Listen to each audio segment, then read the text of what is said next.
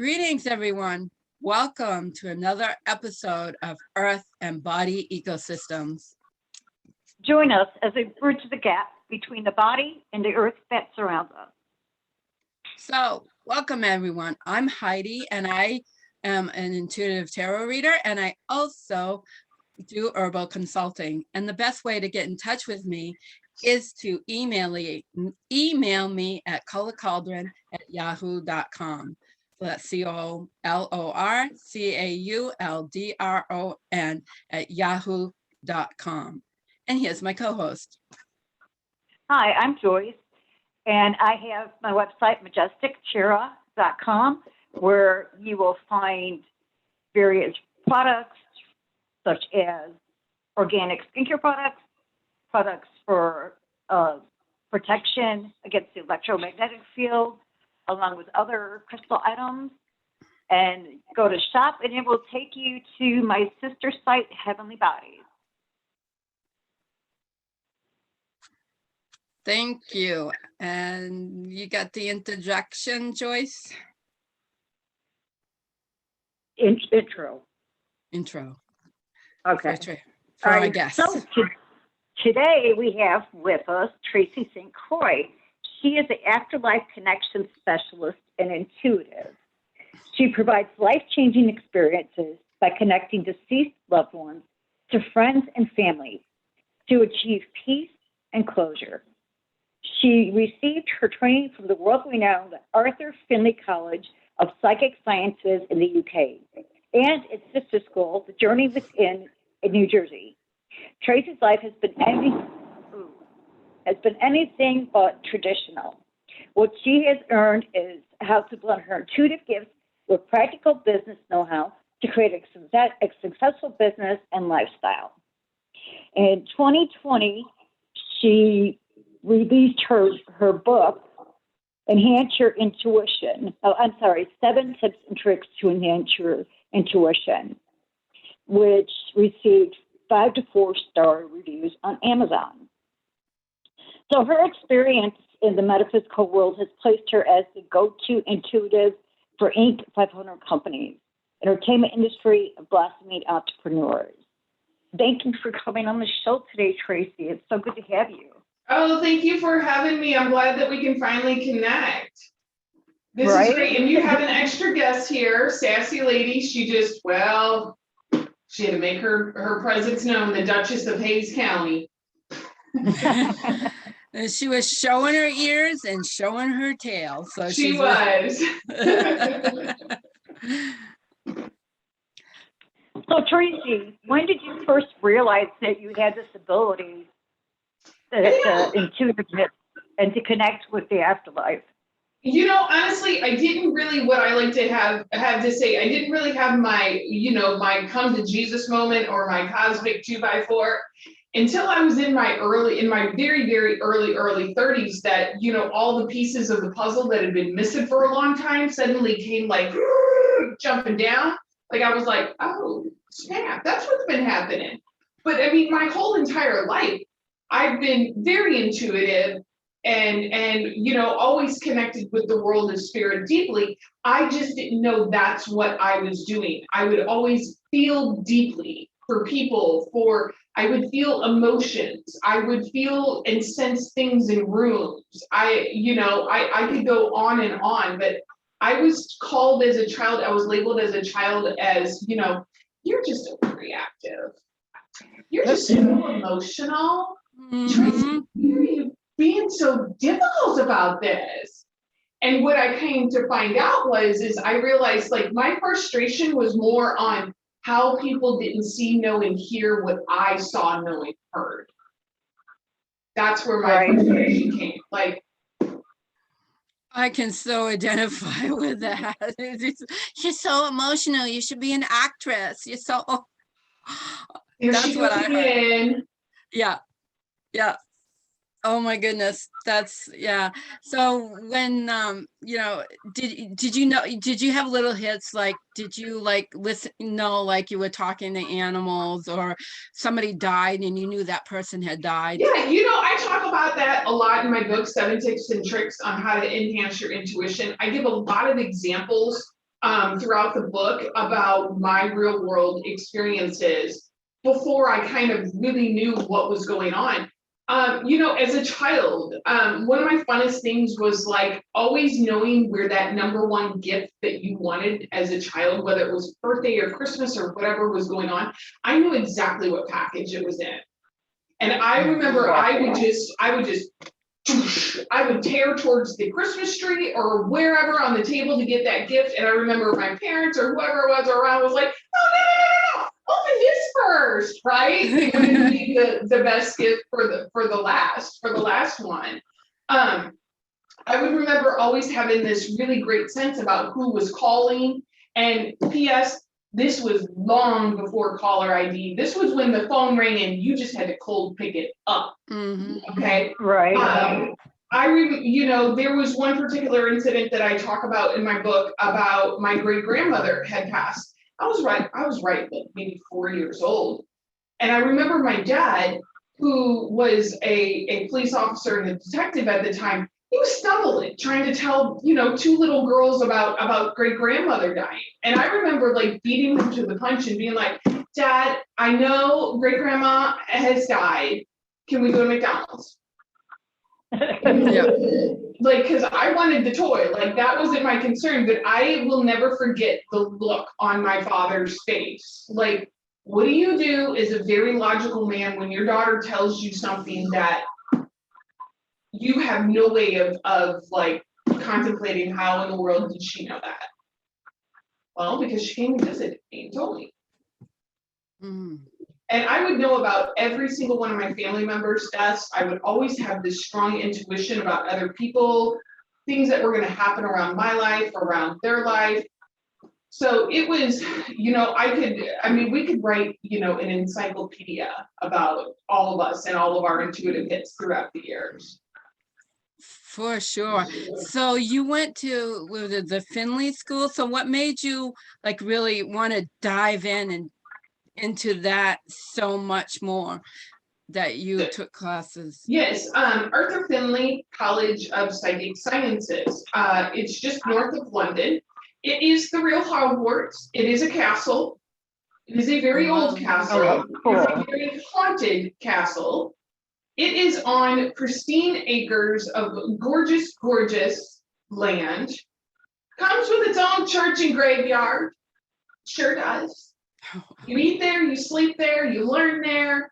You have some beverages there, you dance there, you meet people from all over the world who are just as or even more woo-woo as you to study and develop mediumship. Now that's a good question that you brought up. Why would you fly all the way across the Atlantic to go somewhere to learn mediumship? Because I made a vow with God. I said, okay, God, I got to a point in my life where jobs weren't working. And I said, okay, God, I get your message. I'm supposed to be doing this intuitive mediumship thing. If I'm going to do that, I am only going to go to the best in the world and get trained. I will settle for nothing less than that, because if I'm going to do this, I'm going to learn from the best, and I'm going to learn my craft, and I'm going to study the pioneers of it, and I'm going to study the whys, the hows, the whos, and the whats about it. And sure enough, gates opened up. Money fell in my lap, time fell in my lap, everything fell in my lap multiple times for me to go over to there and really start to study what is mediumship, what is the structure behind it, the ethics that go along with this work, the logic behind it, how to know, like, is this your mind coming into this reading? Is this your ego? Or is this spirit, and telling the difference and knowing when and where and how to do readings? That is huge. If you've been on TikTok with, this poor Gabby Petito case, there are some really, really unethical people on there that were called out, thank God, for their very malice, disrespectful, and quite frankly, bottom of the barrel unethical behavior towards that whole entire case. And so that was number one reason, because I wanted to know, how was spirit coming to me? How would I know that that was spirit versus my mind? versus Right. goals. That's one issue that I have is trying to differentiate what's the difference between my thoughts and a thought being given to me. Most of the time, it's because I know I would never think that thought. Like when I was told to go to Hawaii, I had no desire to go to Hawaii. I never wanted to go to Hawaii.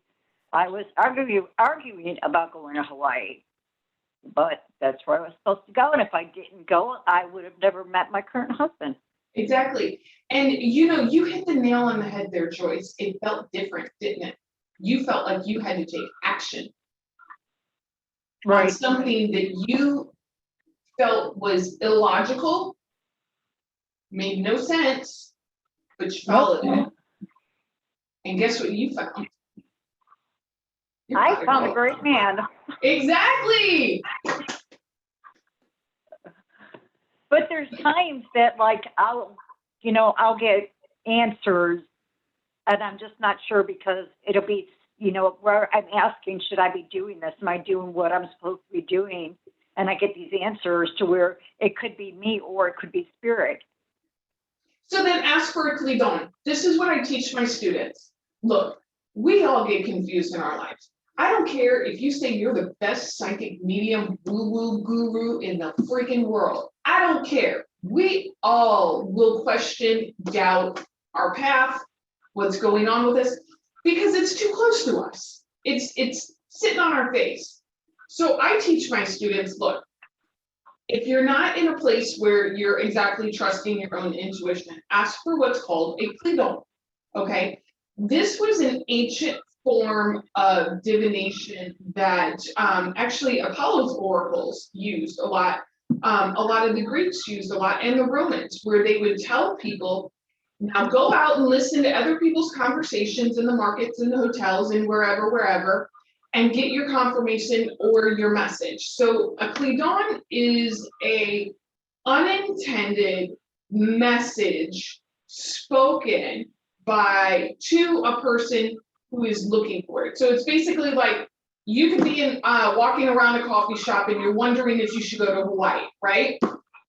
And you're just walking through the coffee shop and you hear two girls go, I just got back from Hawaii and it was the best damn decision I ever did in my life. And you go, oh, that's a Klidon. Where somebody else gave you a message that had no idea that you needed that. Not related to you.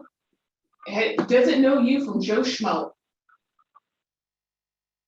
I tell people go. So how many, because I hear that it should be like if you hear something like that like 3 times, it's a confirmation. If that's what your belief is around it, then go with it. If that's what I tell people, like, if you need to hear it 3 times for you to really kind of feel comfortable with that message, then okay. There's nothing wrong with that. That's your belief. It's not hurting anybody. I think once is enough. Well, I'm just saying it's what I've heard other people say. That, and it's just all comes down to your belief system. If you believe it, it's true. And if you don't believe it, it's not true. And either which way, it's true. Like I had this really bizarre twist of trailer hunting, and actually I ended up buying 3 trailers altogether. I sold 2 right to my cousin. I think I was scouting them out for him, to be honest. And then I was hemming and hawing over this one that I saw that I thought, well, this will be perfect. This is just like, tag along to utility trailer. And I saw somebody driving with one. And I thought, oh, is that the one that I was looking at? Maybe they sold it. And then I realized it was a different color. And I took that as a sign to see if that one I had looked at was still available. And I ended up getting it. Exactly. And I followed the signs for the other 2 trailers too, but I guess, like I said, I was buying them for my cousin and getting him a good deal. Maybe that was the universe's way of giving you a good deal back because you were a kind citizen. Here you go. Yeah, exactly. I say go with it, because sometimes I even ask for like multiple signs too, because I always say, like, I can be slow on the uptake. Give me a few of them. Right. And that 3 is a very common number anyway, everything happens in threes, and that's, I can 3 see blind why. mice. Yeah, and Three wise men. Yep, Yeah. exactly, and the Trinity, and the symbols of the 3, and this very powerful number, Well, even in, the 3 of Pentacles, that's about good Yep. work. Yeah. Building something strong and stable. 3s. Yep. 3s are also really fun. The three-legged stool, the tricycle. Tripod. We're talking about stable tripod. Yeah. Yep. Now that really is stable. Mm-hmm. You So need that tripod to really stabilize your camera. Yep, absolutely. So you kind of alluded to it, but when did you really, really know, with beyond a shadow of a doubt, it's a cliche, but when you were speaking to dead people, what really clicked?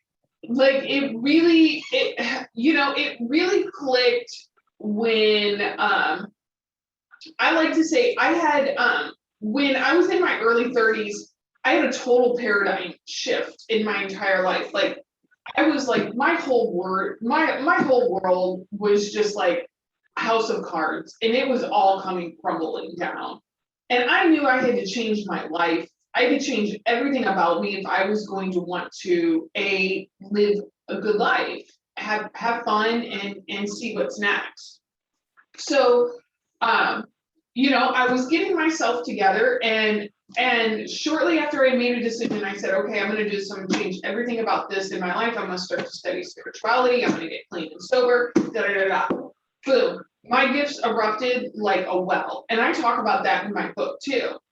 And I won't tell the whole entire story, but I got a hold of a woman here in Austin, Texas, and she started out to be my first mentor, and now we're really good friends. And I remember calling her and crying, and I'm like, it's like Grand Central Station in my apartment, and there's all these people talking to me, and I don't know who they are, and they're bothering my cat, and I think I'm crazy because I know all this stuff.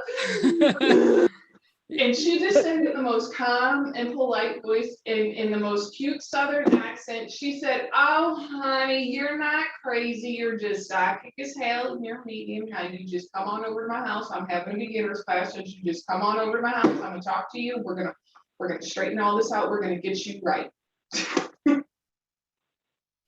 And sure enough, boom, I was like, okay, all right, this is what it is.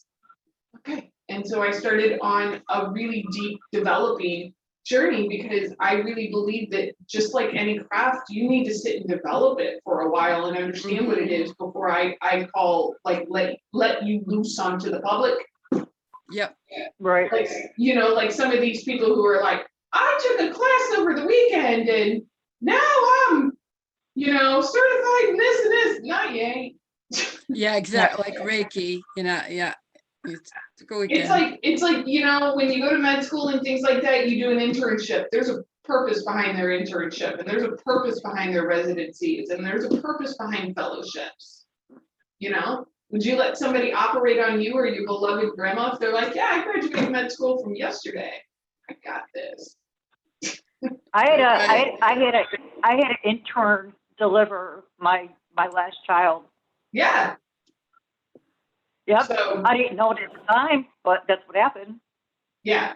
And he was probably supervised by he or she by many residents as well. I'm sure that they were not alone. Oh, no, definitely wasn't alone, but I wonder how nervous that person was and how many times they had done this before, or if it was their first time actually doing it. That would be funny. If they're like, first time, go ahead, push. Well, at least it wasn't your first time, so Yeah, right. You knew what to expect. Yeah, that would be funny. But I had no idea it was an intern until after I had him, and I had gotten some papers for the hospital that said it was an intern. that was when I learned. So it was all done and over with. I was out of the hospital and everything, and I was just like, oh, interesting. It's just the doctor couldn't get there on time. Well, So it's what? kind of, yeah, well, it's kind of like me. I've had mediumship experience, but I do not claim to be a medium in any way, because it's something I haven't really developed. But, you know, I've had deceased people come to me, and, you know, and usually it's somebody I know. And, you know, it's like, it's, I know, it's kind of, it's not as bad as people think it is. In some ways, it's really kind of refreshing, that they are open to talk to you and that you can hear them. I will mention that I had a kind of like a cousin-in-law that committed suicide, and I was so mad at him, I wouldn't talk to him. He tried very hard to talk to me, and I was like, I am so mad at you. And then I went to a mediumship circle, and of course he came through, and I knew right away who it was. And I'm like, okay, well, at least you found somebody that would listen to you. So, but but that I was there too, you know, was, you know, it was the only second time I went. So it was like, wow, you know, and it was interesting. It was very interesting. Oh yeah, a lot of people can talk to their own, you know, deceased loved ones. A lot of people in this industry, you know, can get messages from their loved ones. It's getting messages from other people's loved ones is another challenge. You know, that's a whole. And that's been something I've struggled with too, is because I feel like I'm getting messages from my deceased husband and my mother, but yet I'm not sure. Am I just wanting to have a conversation with them? But then all the conversations didn't go real well, and I was actually like Heidi. I was actually very upset with my first husband who passed away because he was saying stuff like, I wish I was dead, I wish I was dead, which made me feel like, oh, okay, so me and your children are not worth living for. And then there was another part too, but there was a couple of reasons I was upset with him. So, in all actuality, you know, he passed away in 2004, and in all actuality, I didn't really stop being angry with him until just recently, probably within the past year. I finally was like, you know what, okay, fine. And I feel like he was communicating with me too, because I woke up one morning and I had a Scorpions song stuck in my head, and he was a big fan of the Scorpions. Wow. So I just felt like that's how he was connecting with me, was through music. The point is that you came to a point of forgiveness. I'm sorry? I said, but you came to a point of forgiveness about the whole situation. Might have taken you a little while. I finally did, you know, but for a long time it seemed like he was trying to connect with me, and I was like, yeah, I don't want to talk to you. You know, somebody died that was unexpected in my life, and I'm like, you know what? I'm not ready to have a conversation with you. I like to say this, it's a two-way street. I like to say, just because the spirit world tries to get your attention in some way does not mean you have to respond. Right. A really great mentor of mine said it like this. She said, just because somebody calls, texts, or emails you does not mean you need to stop, drop, roll, and respond ever.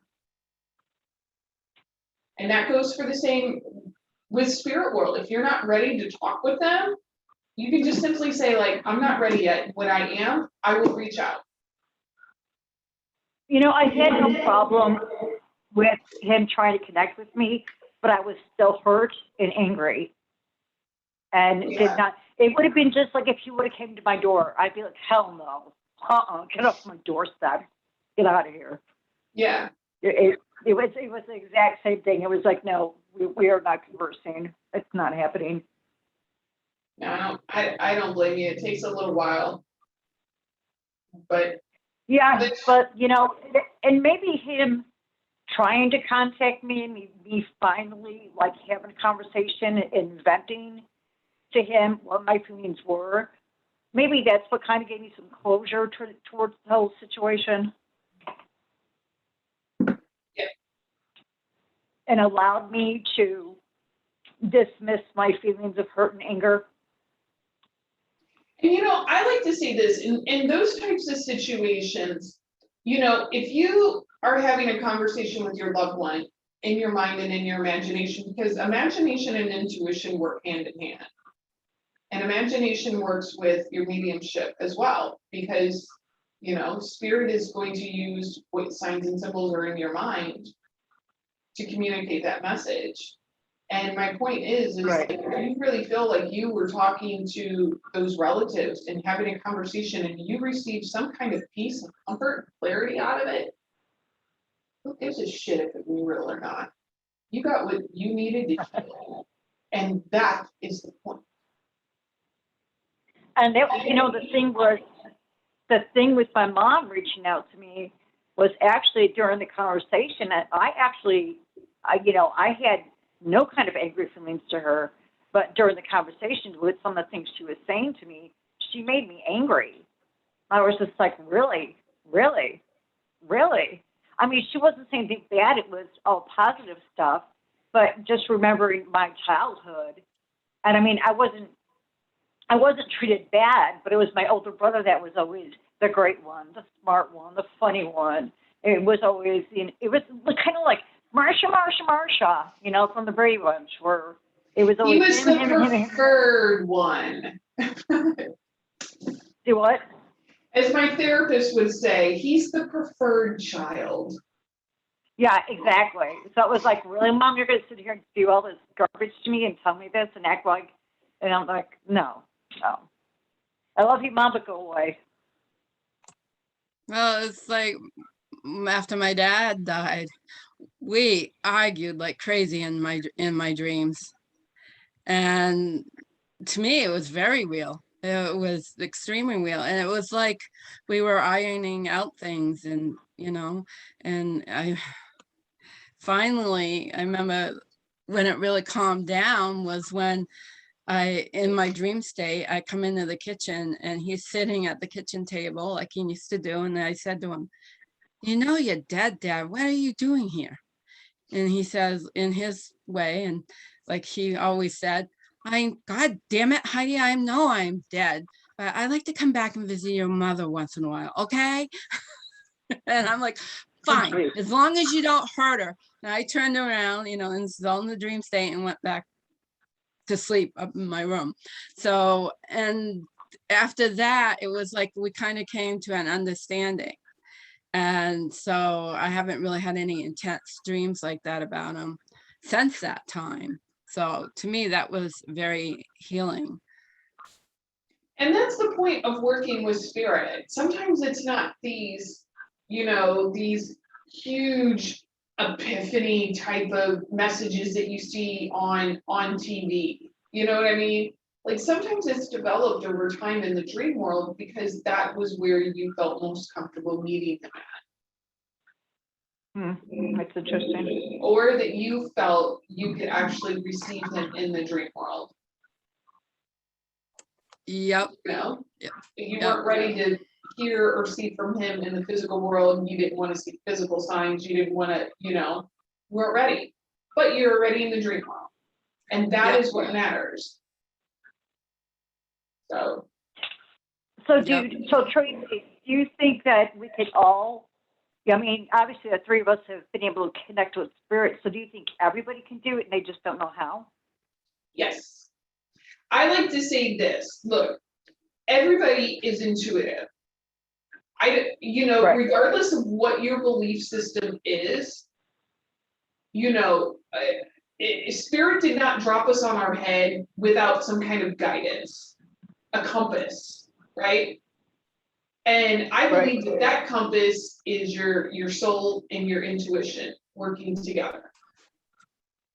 And I have a firm belief there's not one person on this planet who has not had hunch, a gut feeling, a strong desire to do something, at some point and did not have any kind of physical evidence or logic to back up the why about that.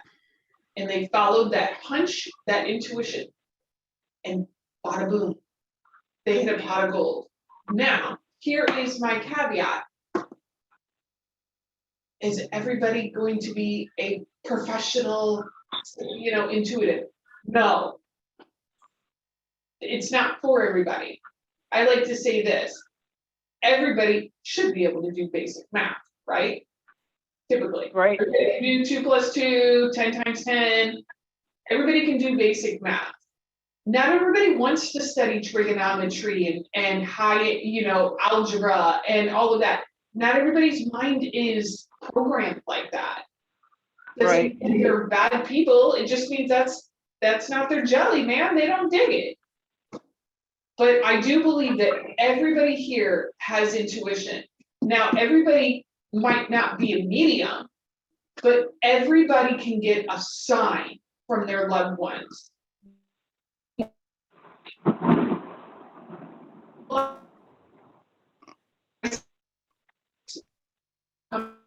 Okay, we froze. Okay, we froze for a little bit, but I think we're back now. Okay, go ahead, Tracy. Where did I leave off at? It was about everybody has the ability. Oh, to be a medium? Yeah. Okay, No. yes. To be intuitive. Oh, okay, Yeah. I have to go way, way back. Okay. No, Well, you were not just that far back. finishing up your thoughts. Oh, okay, yes. Right. Everybody has the ability to do intuitive work, even if it's just following that simple hunch, right? The simple math. Mediumship? No, everybody is not a medium, okay? But everybody can receive a sign from their loved ones in spirit. So what do I mean by a sign? I mean that people can receive like, oh, I know my grandma's around when I see ladybugs. Yeah. Or I know that my aunt comes around because I smell her perfume. I randomly will smell perfume and I know that she's around. Or this particular song comes on every time I need advice from, Uncle Bill. This song comes on that always reminded me of him. And then I get the answer. Everybody can ask and receive for signs from their loved ones. Right. Sometimes I like to say, like, we got to slow our britches down a bit. And step back and be able to kind of catch them and see them. Just kind of takes patience and timing, a little bit of training. And like you said, like your rules of 3, like I tell people, if you didn't believe that was your grandma sending ladybugs, let's say that, then ask for it again. Say, Grandma, if that was you, show me that again. Right. Maybe you go outside for an evening walk and there's a kid on the street playing with a ladybug on their shirt. Or one flies into your face. One flies into your face. Or you turn on the TV and there's a big fat ladybug. Yeah. You know what I'm saying? Or you're driving down the road and the license plate in front of you says ladybug. Look for it. Like, I like to say spirit is infinite. Don't put spirit into a box. Like, think big. Have fun with it. Absolutely. Yeah.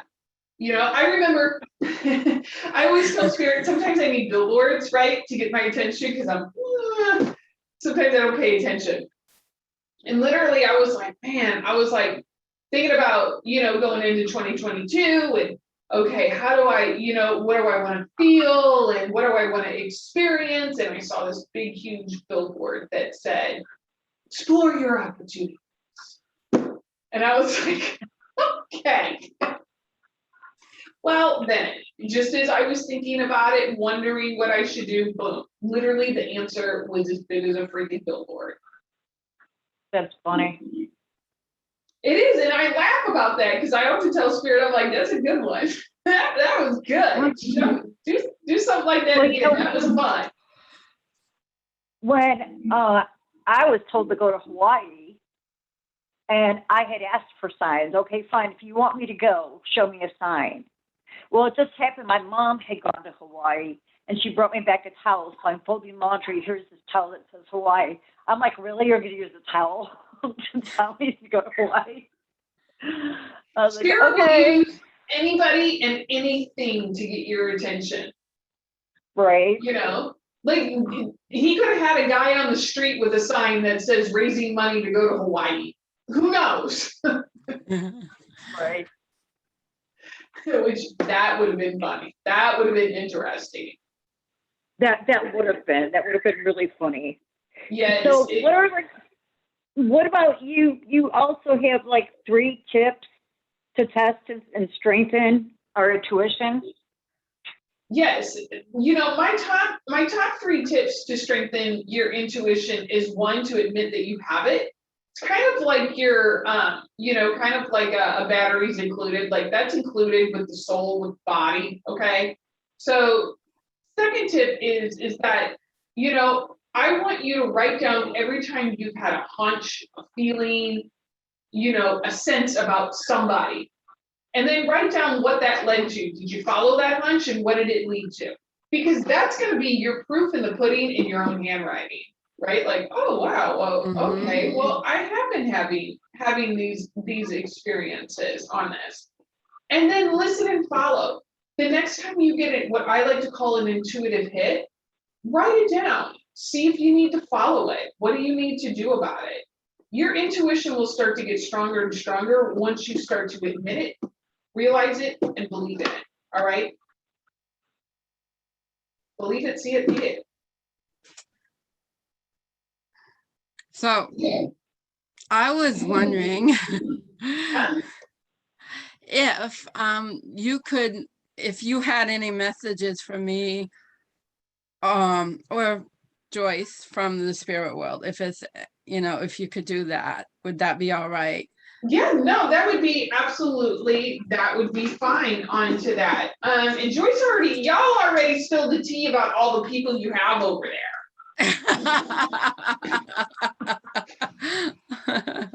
I think it's just like confirmation. Okay.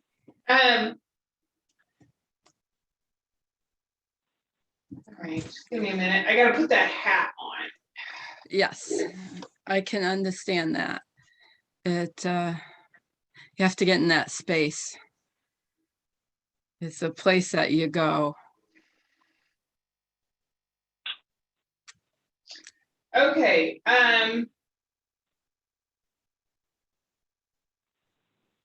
Let me see. Okay, who had the grandmother or the grandmotherly figure? I don't feel she was from the United States because she points to having ties overseas in it almost feels like Germany or a little bit Eastern European ties with that.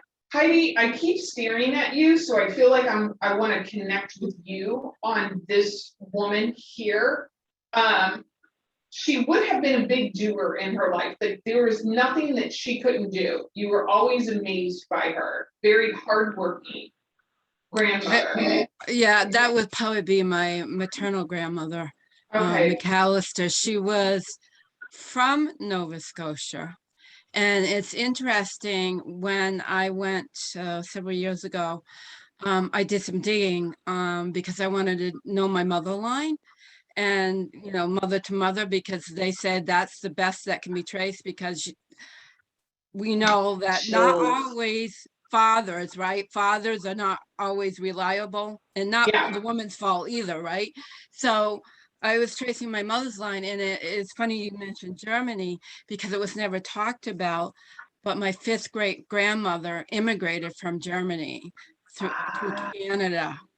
And so yeah, it's giving me chills too, because I did think, yeah, she is a strong woman. She had to be. I mean, she came here at a very young age. Was she like, do you remember what she looked like a lot? And you can just say yes or no.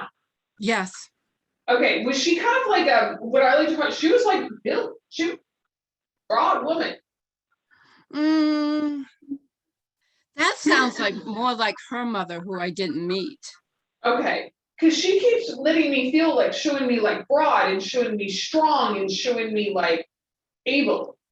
Well, she was definitely that, but she was petite. Okay, But she was, okay. I mean, she probably could move more than her, her body mass, right? Because she was very strong and She was capable. very strong onto that. Did she also have a knack for baking really small, delicious cookies? Hmm. Hers was that my Don't grandmother. tell me. Don't just say like yes or no. I can remember that. Don't tell me what she was. Just like because she keeps showing me these small little, almost like $half size. I don't even know, like they look like little cookies to me. I want one so bad right now. Right? It's not a cookie, but it's close. It's very close. Okay, as long as this is what I say, as long as you know what it is, to me it looks like a cookie. I don't know what it is. That's what she keeps showing me on this. And when I ask her, I was like, what do you want to talk to your beautiful granddaughter about? So she shows me a sign for international travel. Okay. And she's showing me, Ooh. yeah, she keeps showing me booking trips and not booking trips. So that's telling me, like, are you kind of like start stop about taking international trips? Now, you mentioned earlier about going to the family lineage line, but she keeps showing me like different castles going to. Yeah, well, the her line is Cahoon, and there is a Scottish lineage that has the castle in Loch Lomond, the Cahoon Okay. family. Have you been though? She keeps bringing me back to showing me booking trips and not book and going back and forth. So is there kind of back and forth decisions in your mind about whether you want to go or not go? I want to travel so bad, but there's Yes, a she does. hesitation. I do, but there's hesitation because I'm a caregiver for my mother. Okay. So it's not that I would walk out, I would just hop in my van and go anywhere I want to go. But I'm sure I made a vow before I came to this life that I would always be here for her. So, and I've made it in this life. So that's my priority right now. Okay. Well, just know that they're going to support you when you do make that decision. Okay. Yay, Yeah, you. thank you. And they will, what I hear in my mind is that you will receive the care for your mother, because I do believe that you're going to be going on these trips long before your mother crosses over into the spirit world. Just FYI. Wow, I don't see that happening, but I've seen some amazing things. Like somebody told me I was going to take a trip to Florida, and I'm like, hell, that's never going to happen. I took a trip to That's what I want to Florida. go there for. Yeah. And it was because a friend wanted somebody to drive back from Florida to New England, and she was willing to pay for the whole trip. So I traveled. All right. So this is what I like to say. When spirit is in it, there is no limit. So, right now Yeah, it looks like exactly. there's a big wall in black, but hey, look, I always like to say the miracle bank never runs out of miracles. I can agree. I can agree because I've seen it in my life. I So can she is totally agree. rooting for you from the other side as well. And she tells me, you said you're an herbologist, correct? Or Yes. you do potions, as I like to say. Yes, I can. Yes, you do the potions, my love. Yeah. She's saying that she shows me like this is ancient lineage from you, and showing me a very old um leather bound book. So do you have handwritten recipes or something from her? Something that guides you, that's family ancestry lineage in your herbology? What she taught me. Okay. Have you written it She down? was she was the one that introduced me to the plants first. it was her love for the herbs that really sparked my interest. So they're in my memory of what she told me. And I learned that they were accurate. Write them down, loves. Okay, Right? I will. I will. Just, even if it's not for you, even if it's for the next one that comes along. Okay. And there will always be somebody else coming along for that. Okay. Yes, on there. I love spirit, ladies. Thank you. I appreciate that. That's Yes, warms. give your mother some big hugs from her. I will. And Aw. it just warms my heart because she Yeah. was very special to me. Yeah. Just talk to her. You know she's there. It's so funny because I keep seeing those flowers. I know we were talking about smelling flowers, but that's what she left me with, was a scent of flowers. She had amazing flower garden. Did she have a flower garden with, I don't know what these are, like, they smell like gardenias to me. I think so because my mom always had gardenias, so I'm pretty sure she had things like that. Yeah. Well, there we are, ladies, and we have rocked around the clock. Yes, we have. Jeez Louise. Oh my God. Well, this has been fun. Well, thank You you so much, Tracy, for being on and for, sharing with our audience. And if people want to reach out and contact you, where do they go? You can find me all over social media, but the easiest way is to go to Tracy St. Croi 360.com. And I'm sure, are you guys going to put a link in the podcast or? Yep. Yeah. Yeah. There you go. Yep. Absolutely. That is the easiest way to get a hold of me, schedule your appointment, contact me, whatever. Excellent. Well, thank you, Tracy, so much for taking time from your busy day to be with us. I appreciate it. Thank you. It's a lovely way to start off the evening. I can tell you that much.